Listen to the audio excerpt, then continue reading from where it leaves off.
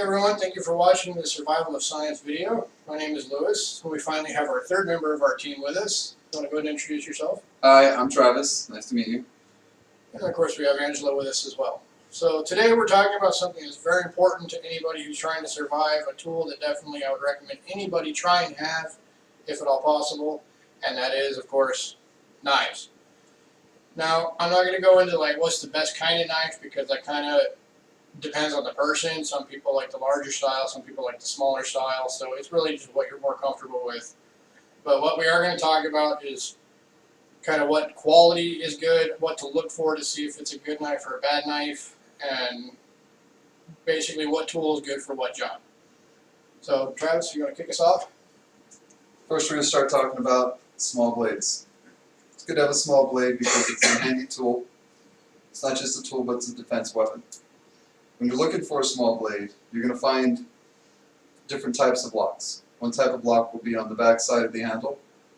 That's usually a pretty solid lock. When you run into thumb locks, as you see here, we have to push it with your thumb to close the blade. That can be a potential hazard. Because when you're stabbing into something or you're cutting into something, there's a possibility that the blade could come loose and close on your hand. That's a bad injury. Also, when you're looking for a blade, a small blade, you want to find a blade with full metal handle. A full metal handle will ensure that you're not going to have a problem with the breaking or coming apart that happens with multi-layered handles. Now again, when you're looking for a blade, you want to keep in mind you're going to be doing more than just cutting wood or shaving bark. You might need to cut something, maybe a bone. So you're going to need to look for something with serrades on the edge. Just a few serrades, you don't need very much. This blade is pretty nice because it actually has a tonto tip, which is armor piercing, with the serrades combo. Again, the thumb lock, and when you're looking at the thumb locks, if the thumb lock is actually thinner than the actual blade, you're probably going to have a problem. Now plastic handled blades, it's a big no-no. This does have a lock on the back, so it is like I preferred, but it's still a plastic handle. This will come apart. You will have problems. My favorite would be the fixed handle blade. A small fixed handle blade is probably your best bet when it comes to a small blade. There's no risk of injury, and it's a straightforward tool. Another good thing to mention about your fixed handle blade is the fact that you got the full tang right there, which is going to make it a lot stronger. So you're not going to have to worry about having your blade snap off like with one of these. Even the best constructed on these, you can actually snap that right off. These can loosen up. All the fixings that hold that blade on there can loosen up. You don't have to worry about that with these. Right, so now we're going to move into the large knives. So, the best ones that I have found is basically an all metal, completely full tang blade. That is obviously the best way to do it, considering if you have a partial tang or half of a tang, then it does not really work because it can snap off while you're using it. The best thing about this one is that it has the little grooves, like for sawing stuff, and it's actually a really good blade to have. This one, mediocre. It has a survival kit in it, so it's not full tang. But right here, it's good for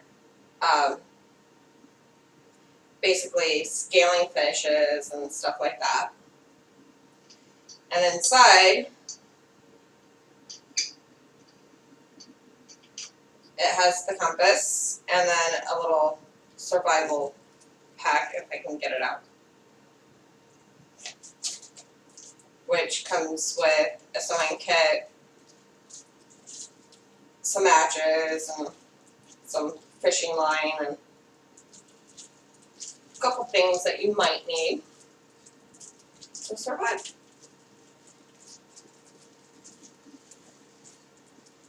The cool thing about this knife, I want to add in, this is actually my knife. This is the best knife I've ever had. excuse me. You can't really see it on camera, but the back of this knife is pretty dinged up. And that's because I've actually put this knife on tree branches about this big around, grabbed a hammer with this hand, and just hammered it until I got into that branch and took that branch off. And this knife is not even slightly bent. It has never bent.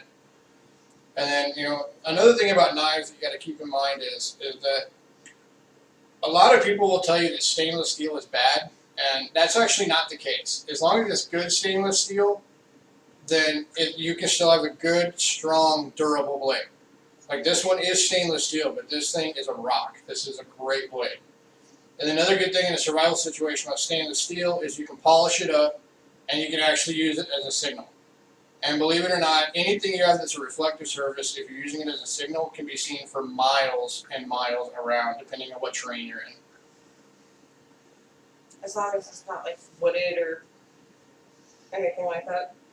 Well, yeah, as long as there's nothing in there to block the blade. There's been cases in people that were rescued in the ocean where they used just a small reflective item, and it was actually seen 100 miles away. Yeah. So it's pretty crazy how good reflectiveness is. All right, so now we're going to go into kind of the category of other. So if you're in a wooded area, you're definitely going to want a hatchet with you because that's just going to open up a lot more abilities for chopping down trees. And you don't want to see this gigantic tree and be like, oh, I'm going to go cut that down. That's just pointless and unrealistic. But definitely small trees for using to build your shelter. Branches. Branches for campfires, whatever. A good hatchet is a good thing to have. And then a good kit like this. This was one that Travis actually gave me for my birthday last year. This is actually a hunting kit that was put out by Smith & Wesson. And it's actually got your cleaver. It's got your skinner, complete with gut hook. And yes, that is for exactly what it sounds like. It's for hooking the gut and pulling it out. And then your little utility knife. And these are all very good, very solid blades. Because these are, I don't know how well you can see it on the camera, but you'll notice they're not shiny. That's because these are actually carbon steel blades. Which means these are very, very strong blades. Now there is a downside to carbon steel.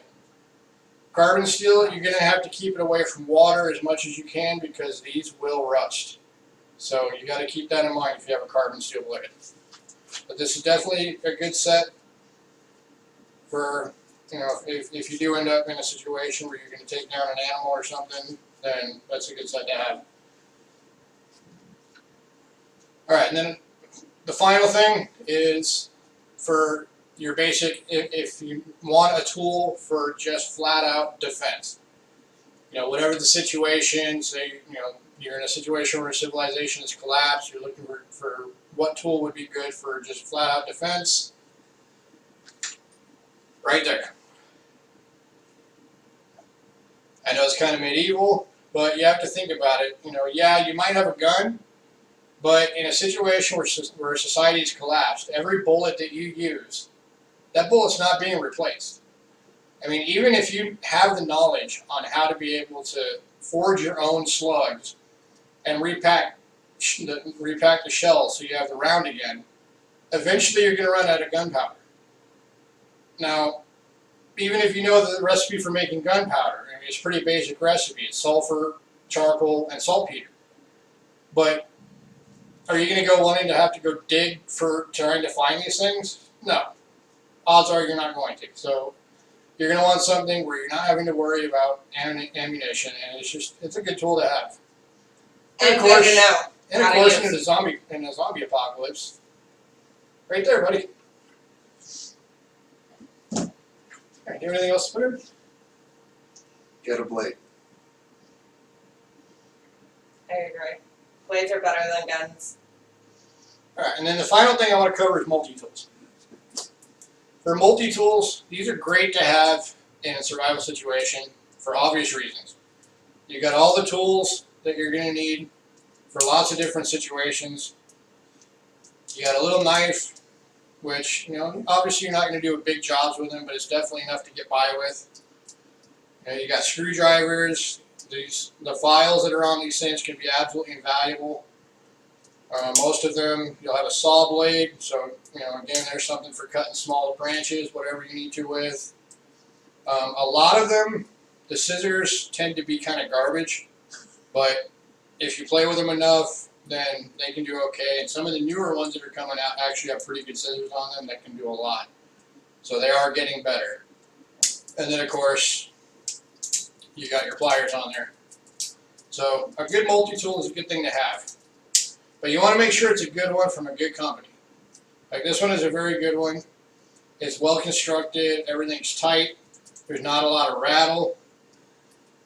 Now if you go for the cheap ones, something like you might get it like a Family Dollar or just a dollar store, these will get you by for a little while, but usually on these, the blades are really going to be garbage. They're not going to hold an edge.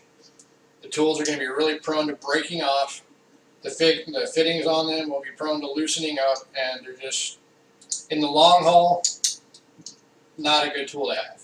For short term, they can do okay, but it's not for the long haul.